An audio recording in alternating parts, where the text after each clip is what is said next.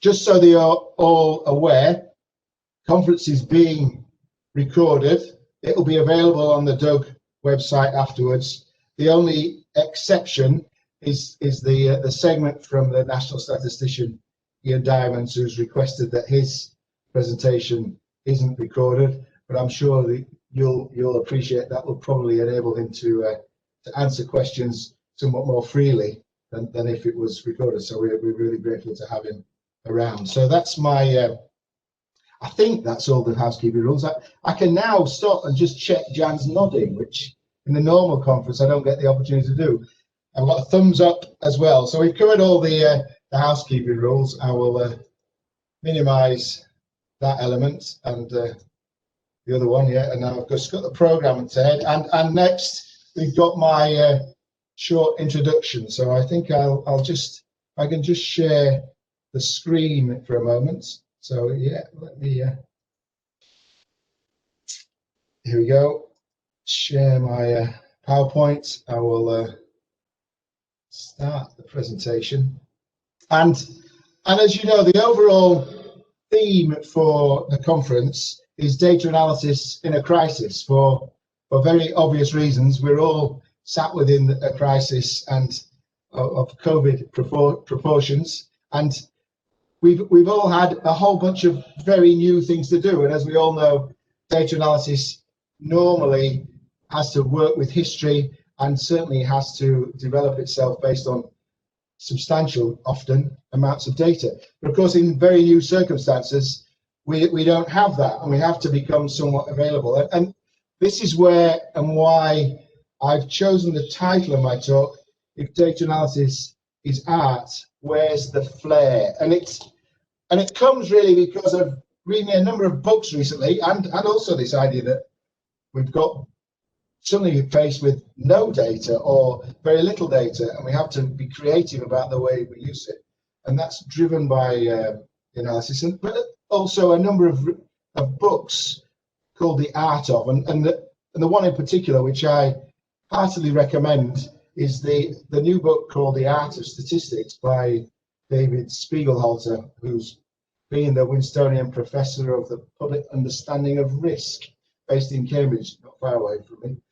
But he's managed actually to get into some of the sort of more mainstream channels, and he's certainly been called upon quite a lot to comment on statistics in the media recently, and is a common contributor to one of the radio programs you won't be surprised and I would really like to listen to, which is called More or Less on Radio 4, again examining statistics in the current domain. But it struck me what makes it an art, and if we look at most of the books, if I move myself on, most of the books that take this notice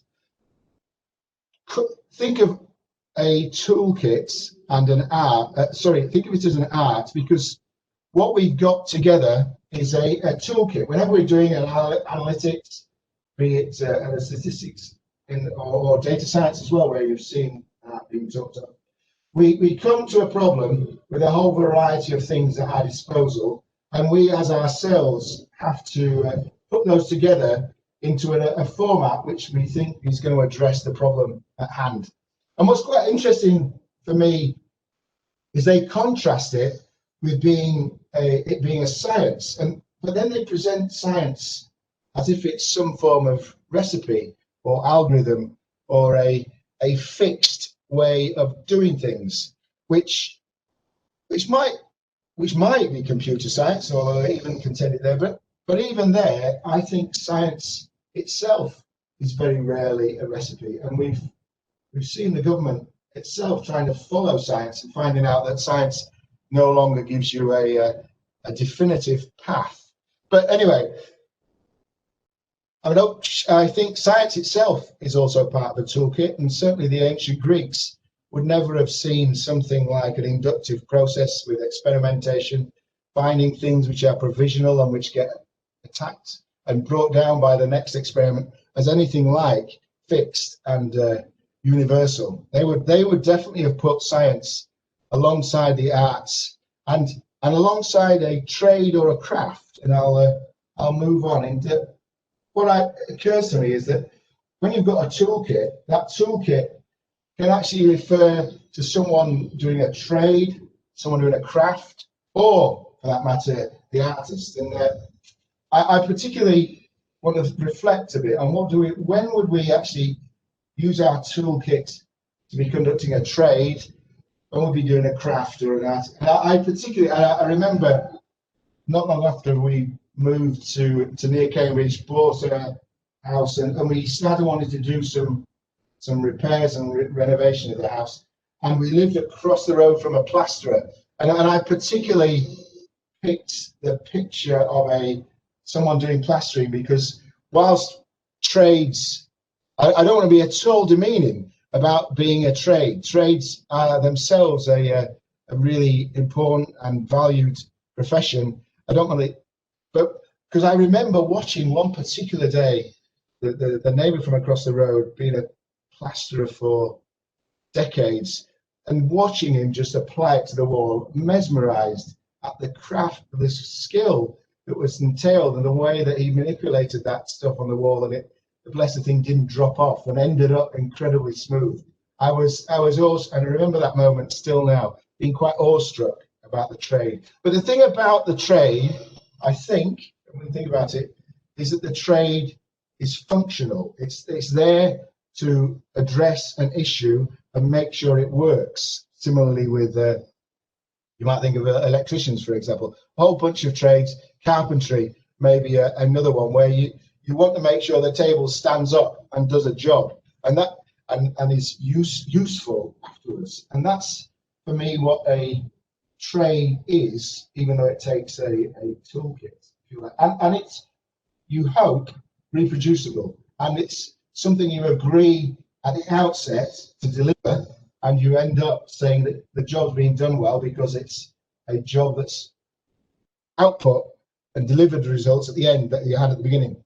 The second is a craft, if you like, and a craft, I would say, is also something that you know what you're going to plan for at the end, but you're leaving space for that craft to have a certain sense of individuality, or a certain sense of beauty, you might call it, something that is there that can not only function, but also in one way or another make your life more enjoyable, shall we say, rather than just being functional. You can, you will all have your own examples of where someone had their tools of the trade, in this instance, the pottery that you look at, and then you can begin to see something coming to life and having some sense of expression on it.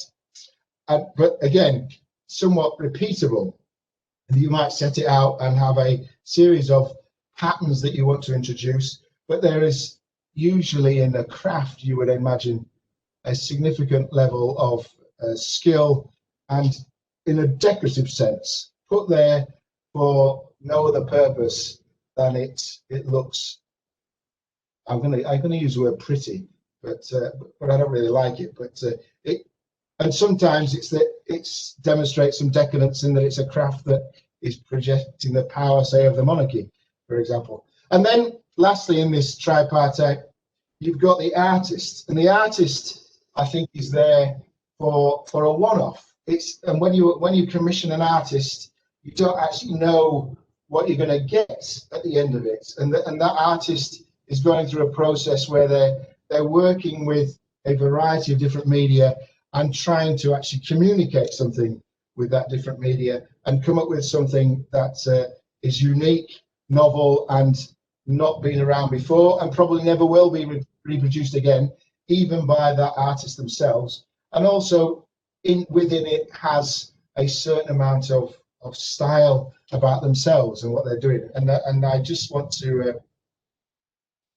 move on to Leo Tolstoy, because one of the very well-known artists. He was predominantly a writer and a philosopher, but what I loved about his expression was he talked about how art, in whatever way it is looking to represent the feelings or the experience that the particular artist has had, and in one way or another, the way they've lived through it, try and convey it so that somebody else has that lived through experience.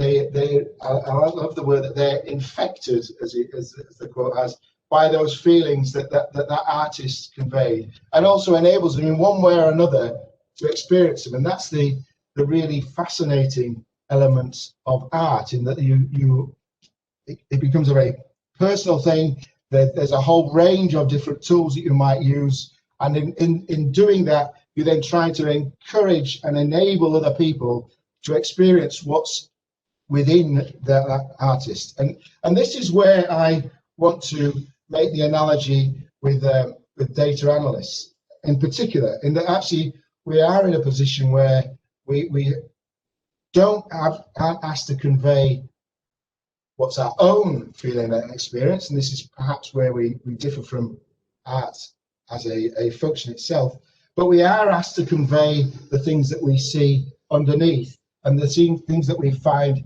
within the data. And in one way or another, partly people want us to lose our own identity so that we're conveying what's going on within the data, but we have to do that with tools that actually are done in a way that's distinctive. And so that leads me then to controversially perhaps make a slightly different order to the way things currently get presented. And I want to argue that whilst data science in the current climate it gets a somewhat elevated expression, I don't like the word science in this particular application, but we'll run with it. What I want to suggest is, in the tripartite of data science, statistics, and analysis, it's data science that's the trade, and I'll tell you why I think that. Firstly, because data science nearly always is focused on trying to create things that are highly repetitive and usually highly functional, and I would argue that it's often why, when you talk to data scientists, they think that prediction is, and the mismatch matrix, if you like, is almost the only thing that's required to be output. And if you've got, as long as you've got the data right, and that's a whole different story, if you can show that you've got the best prediction, that there's no need to understand what's going on underneath. So they'll project that and see that there's very little benefit. So for me, they're very much about producing a functional report. That's my link with the trade. I'm not saying there's no skill in it, but I am saying that they're interested in repeatability and fixed prediction. You then get to statistics, if you like, and that's where we're moving into an area where we're trying to develop understanding as well as prediction, possibly understanding what things are happening. But most statistical methods require us to have a particular framework in which we work. And I relate back when I was first moving from physics into more general statistics. I was at a conference in Barcelona. The plenary speaker was a hero of mine called George Box. His autobiography is called The Accidental Statistician. And the reason for the talk was it began with his phrase that maths is a great servant and a terrible master.